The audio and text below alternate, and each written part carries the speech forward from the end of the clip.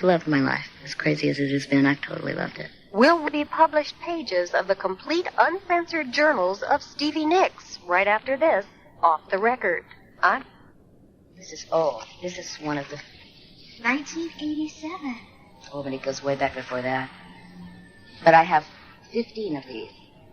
So, you see, for me to write this book of poetry and journal entries and the story of me and Fleetwood Mac and Lindsay and, you know, the guys that I have loved, really loved, you know. It's massive. I'm Mary Turner, back with Stevie Nicks and her journals, Off the Record.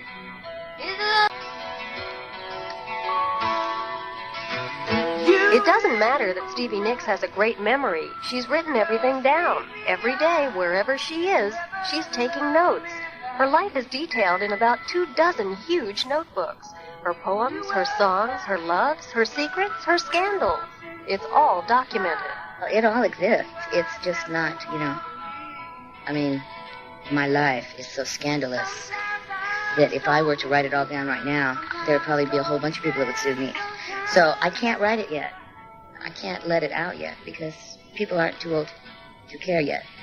I have to wait until I think everybody will be able to read it and enjoy it for the incredible trip that it was. And, I mean, it makes Margaret Mitchell pale. It makes Scarlett O'Hara pale. And when I think that the world is ready for it, you know, I'll do it. But the problem is with that is that I have to do it. Nobody else can do it for me. And all these people threaten me with, well, we're going to do like an unauthorized autobiography. And I'm going to go ahead because guess what? The real scoop is in my head. And the real scoop is written in very coded poetry and journal entries and, you know, over the last, since 1975. And some of the things that, you know, I mean, like Don Henley, I can't, you know, he blew it on the fact that I had an abortion. He told a big magazine that. So it's like, well, I guess I could write my story about me and Don now because Don accidentally let the whole cat out of the bag to like Vanity Fair or something. So there are things that I could write about, you know, but there are a lot of things that I couldn't. See, I would never have told that. I would never have told the world that. So, 92 phone calls from Don and 800 apologies later. You know, but the fact is that, okay, well, that story's out now. But the story behind it isn't written. What really happened isn't written. So that's the story that everybody has to wait for. I hear a voice in the room next to mine. Maybe I see your shadow against the wall. Well, I think I would probably write about a really good chapter would be the Wild Heart Tour. Because everybody got divorced on the whole tour. Sound people, crew members, musicians, opening act, everybody got divorced. And it's just so funny, you know, and a lot of famous people, you know, a lot of famous people involved in that whole story. So really, you know, I mean, like there's just really incredibly romantic, exciting things that are probably now more fun to tell than they were to actually live.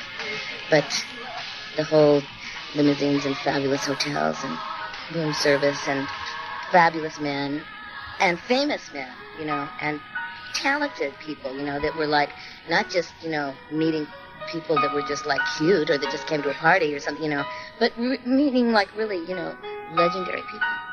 And it's a great story. Has anyone ever written anything for you?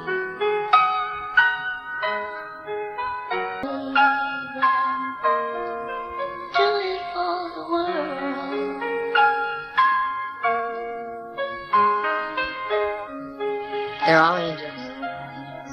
I only draw angels. I started to draw when my best friend got leukemia, and that's what she's left me. And so I know she's really excited now because it has finally, after the last 9 years, come to fruition, and people have finally started appreciating it. But I never do a thing before she got sick, and I drew Rhiannon for her to stay at the end of her bed so she could see something when I wasn't there, so that there was something for her to stare at. And so now I know that Robin is up there and I'm down here, and we're both laughing about it because now it's finally come into its own. Is it any wonder we picked Stevie to be here for the holidays?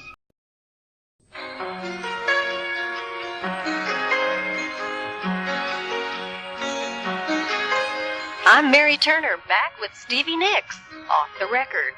Wait a minute, baby.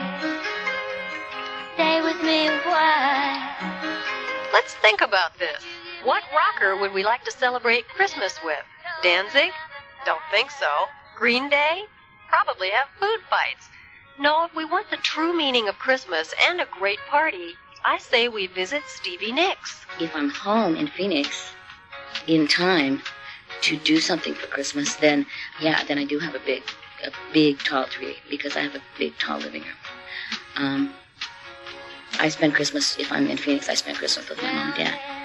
I have spent Christmas in London by myself with my friend Kelly, who was working for me then, and we went there to hook up with Rupert and mix The Other Side of the Mirror, and everybody in London left.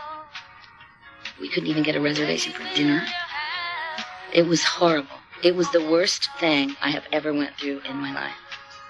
It made me really appreciate being home with friends on Christmas, because it was like we were staying in a really nice hotel in London, and as warm and cozy and friendly as you would think that London is, everybody left for Christmas. So we got there on the 17th, and by the 25th, there was nobody left in that city. It was horrible. So that happened, and that really turned my head around about Christmas, because I don't go like, oh my God, it's Christmas again. Which means you have to go out and I have to get this present and that present, and I have to do this and that, and I don't do that anymore, because that was the one Christmas that I thought, Yes, it was